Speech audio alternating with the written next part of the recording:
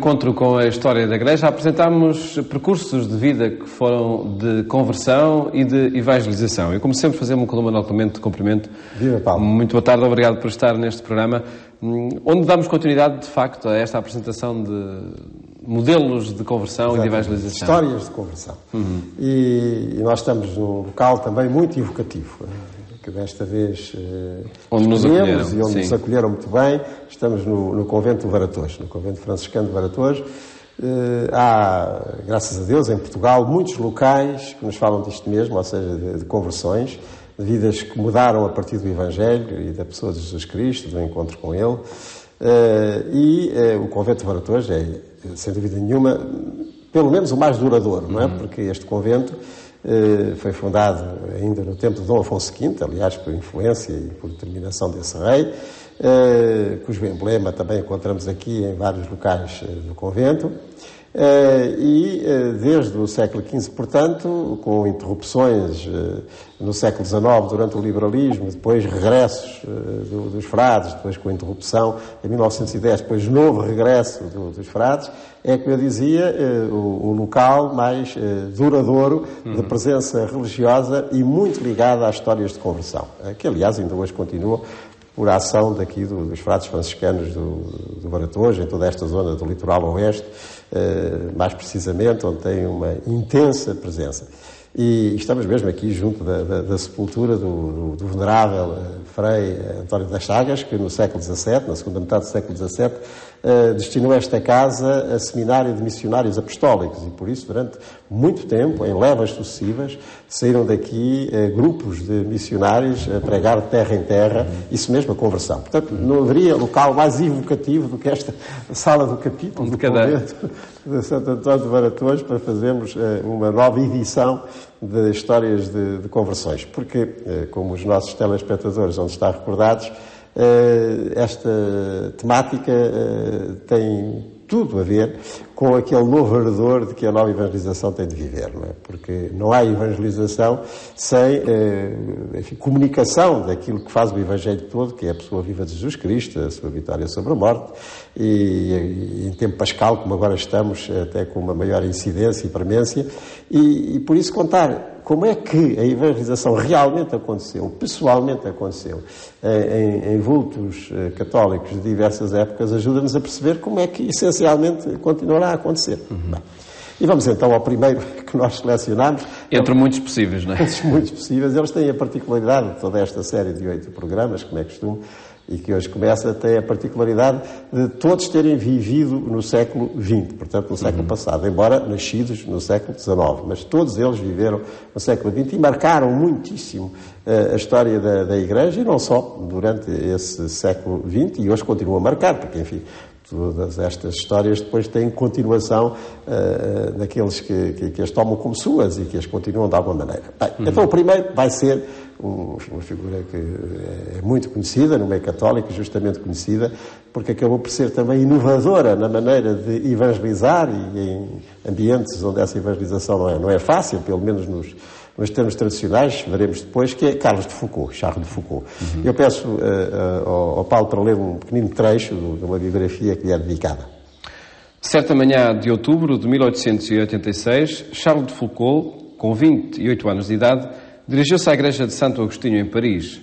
Entrou no confessionário do padre Auvelin e, curvando-se, disse-lhe: Reverendo, quer instruir-me sobre a religião católica? Procuro a verdade e não a encontro. O confessor levantou os olhos e reconheceu o estranho penitente. Meu filho, ajoelhe-se para confessar-se e acreditará. Porque desejava crer, obedeceu e humilhou-se. A resposta divina não se fez esperar. Com a paz, a luz inundou-o. 2 anos mais tarde, vamos encontrá-lo na Palestina, seguindo passo a passo a Cristo na sua vida oculta. A 9 de junho de 1901, tornou-se padre. Instalou-se no Saara, próximo à fronteira marroquina, não longe do magnífico oásis de Beni Abs, onde havia um posto de soldados franceses. Chegado a Beni Abs, o seu desejo dominante foi instituir uma família religiosa de homens e mulheres para a evangelização silenciosa dos infiéis. Pronto, estão aí alguns elementos essenciais do que foi essa conversão de Charles de Foucauld e depois o fruto que teve em termos de evangelização e da senda nova que ele abriu para essa mesma evangelização em ambientes particularmente difíceis. Temos um jovem aristocrata francês, estamos na segunda metade do século XIX, enfim, que tem uma ligeiríssima iniciação cristã, mas depois, e rapidamente, o abandono disso tudo, e, enfim, uma juventude um pouco aventureira e que mesmo como militar lhe trouxe alguns problemas, embora fosse muito corajoso quando estivesse em serviço e, sobretudo, em frentes mais complicadas dessa mesma vida militar e no Norte da África. Ele aí no Norte da África é muito impressionado pela religiosidade de alguns muçulmanos. Ainda hoje, como nós reparamos, às vezes até em aeroportos e outros locais de passagem internacional, e reparamos muçulmanos que, à hora da oração, são ali capazes, mesmo em público, de estenderem um tapete ou mesmo no chão e fazerem a sua oração virados, enfim, mais ou menos para Meca. Isso também impressionou o Charles de Foucault lá nas suas passagens pelo Saara e pelo Norte da África no final do século XIX como militar. E interrogou acerca do que é a religião na vida de uma pessoa. Bem, depois volta à França, ainda muito novo, portanto, ainda nos seus 20 anos, 28 anos, e com boa influência da parte, concretamente, de algum parente, ou de alguma parente mais católica, ele tem essa aproximação. Vai ter com um padre, que aliás já conhecia, o Abbé Vauvelin, e acontece o que isto estava escrito, não é? Ele chega-se ao pé do padre e pediu mais instrução, mais formação sobre o catolicismo, mas o padre já o conhecia suficientemente, já o pressentia suficientemente para lhe dizer: "Não, meu amigo, ajoelhas-te e confessas-te." E ele, como queria, diz aí esse texto, e oportunamente o diz, como queria realmente conhecer... Porque desejava crer. Desejava, acaba por ter essa conversão que mudará completamente a vida e que fará dele o que nós veremos a seguir. E este elemento é muito importante, porque ele é fruto de uma época, em França e não só, em que, enfim, como um jovem rico e depois como um jovem militar, a presença católica e cristã não era assim tão forte, para não dizer que não era nada forte, mas que mantém uma inquietação espiritual que lhe é suscitada por essa sua estada no Norte da África e até com religiosos de outra religião, que o leva a desejar conhecer, e no caso dele, a conhecer Jesus Cristo, e que por isso mesmo entra imediatamente em ação, agora não militar, mas de penitência, não é? E com essa confissão abre-se uma nova vida. Ele tem uma enorme vontade de seguir o mais decalcadamente possível o que foi a vida de Jesus e naquele tempo, que é a maior parte da vida terrena de Jesus, de que nós não sabemos quase nada, a não ser que em Nazaré da Galileia, aquela vida oculta aos olhos do mundo, como carpinteiro, na humildade, vai prosseguindo. E é isso que ele vai tentar. Vai para Israel, vai para a Terra Santa, e lá vive, depois, até como criado, enfim, dos serviços mais simples, num convento de religiosas. Elas próprias depois o interpelam: "Mas porque é que o senhor não segue para padre, poderia fazer bem a tanta gente?" Bem, volta à França, é ordenado sacerdote e voltará ao Norte da África, e ao Saara, concretamente. E aí ele vai continuar a viver essa maneira de estar simplesmente ali, em tarefas de serviço e com uma intensa entrega à oração, digamos, reproduzindo o que teria sido, o que foi, certamente, e essencialmente, a vida oculta de Jesus em Nazaré, até porque ali não podia ser de outra maneira, porque no meio islâmico não é possível fazer uma evangelização direta, como nós a conhecemos na Europa, ou noutras partes, ou na África subsaariana, ou por esse mundo além, onde é possível.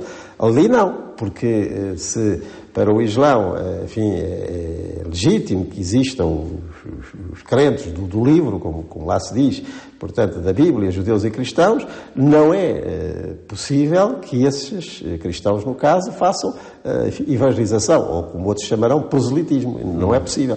Então, o que é possível era aquilo que ele fazia, e sempre com a intenção de que outros homens e até mulheres se reunissem e seguissem a mesma vida simples, de oração, de serviço, e que esse próprio exemplo, essa vida assim, como foi a de Jesus em Nazaré, também acabasse por irradiar. Bem, isso não acontecerá na sua vida. A certa altura mesmo, já em Tamarracete, o que virão uns bandidos, e concretamente um que ele, aliás, conhecia, e que para o roubar também o mata, não é?